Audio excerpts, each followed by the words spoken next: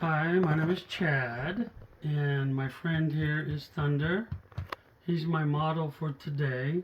He's pretty lazy, but he's a client of ours in our dog grooming business that we get to watch in our home regularly.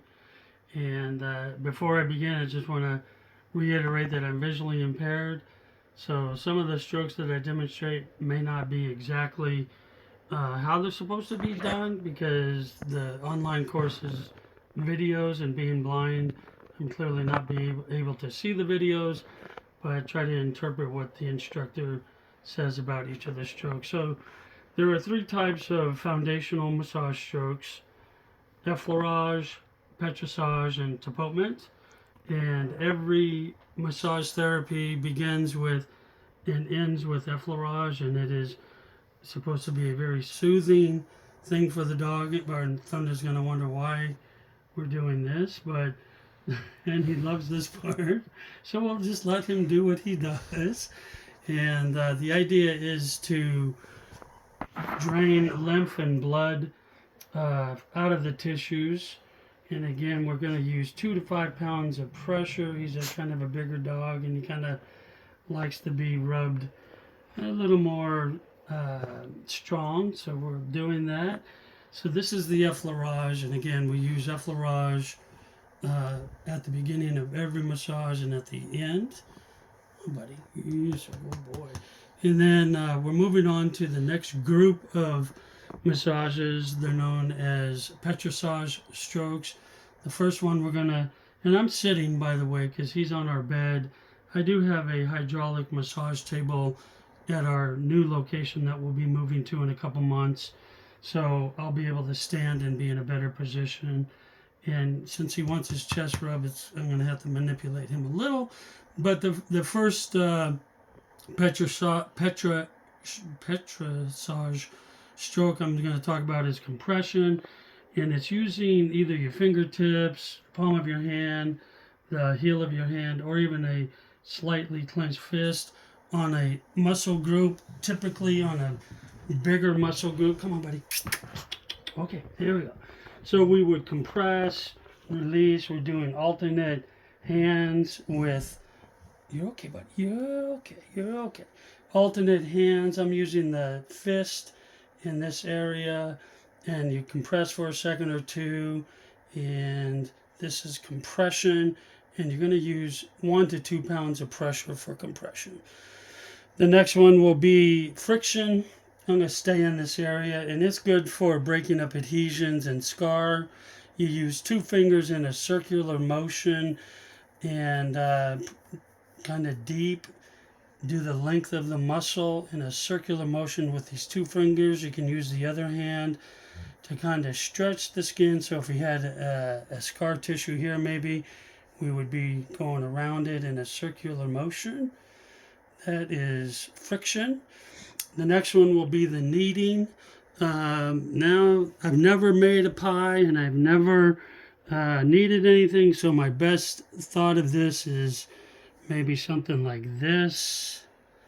And this will help with circulation, and it will help with removal of waste products, and it also helps with separating muscle fibers. This is kneading, one of the other petrissage techniques. Do you like that, buddy? I think you like that.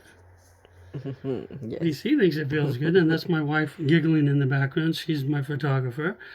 We're moving on then to muscle squeezing. I'm going to stay up here. And muscle squeezing is, let's see if he likes this, where we're squeezing, and we can do the length of the arm in this case, length of the leg.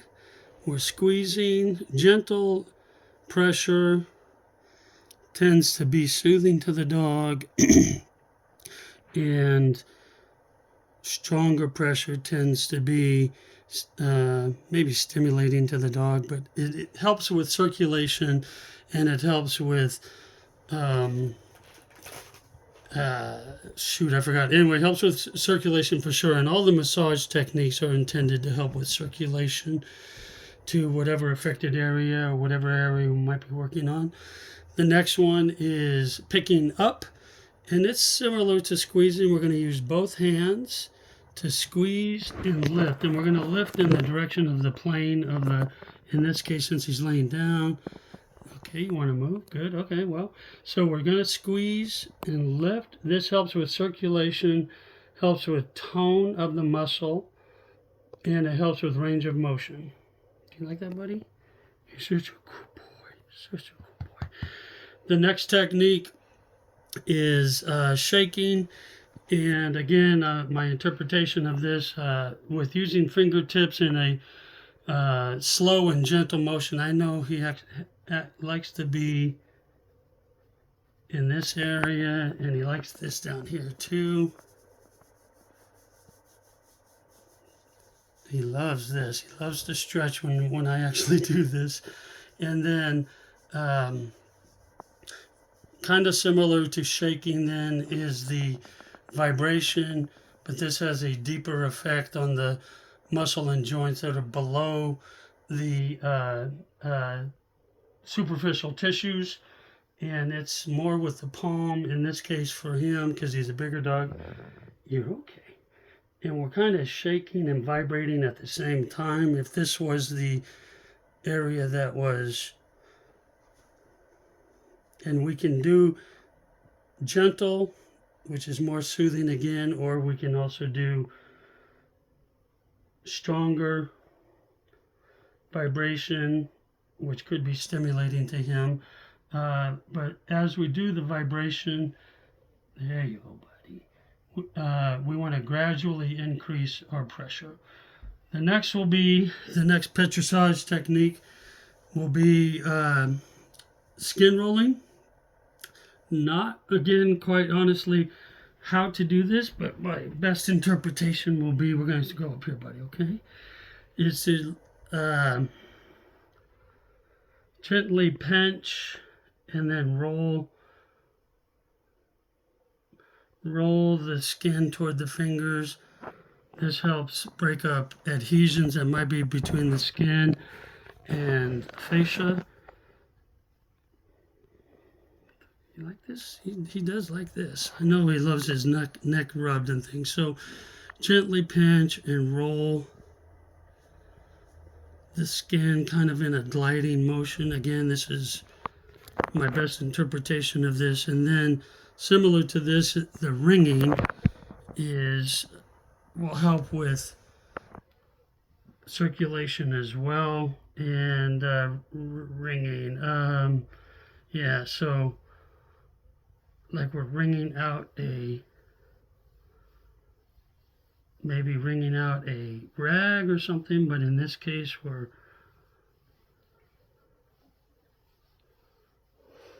he does like this too.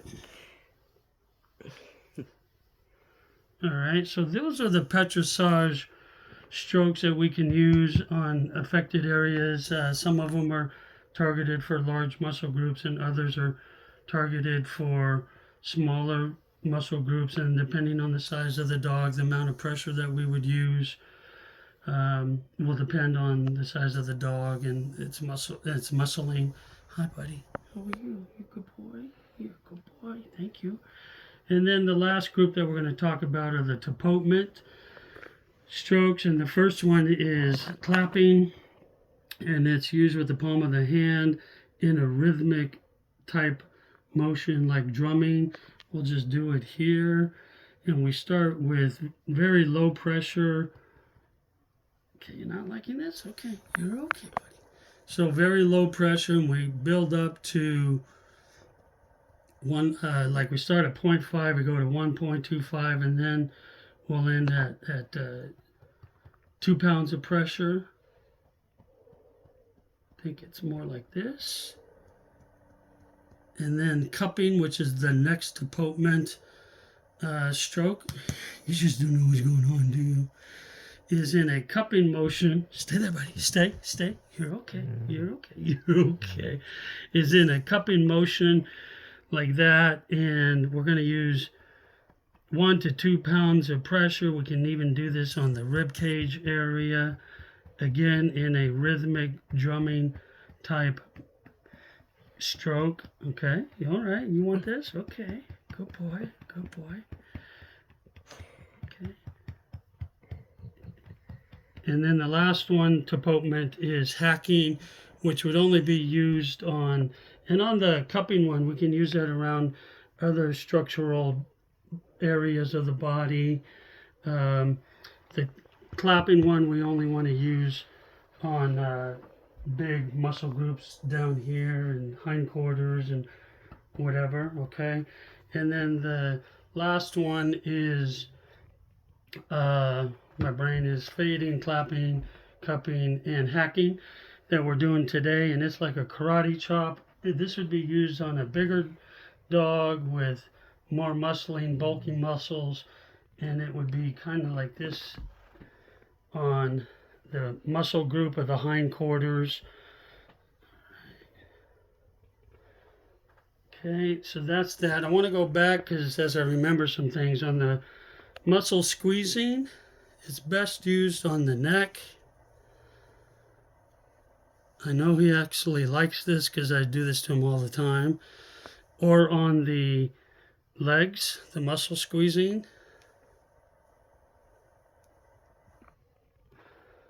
Or on his tail, which he doesn't want me to get to. But so that should do it. And any questions or any feedback, I'd love to hear about it.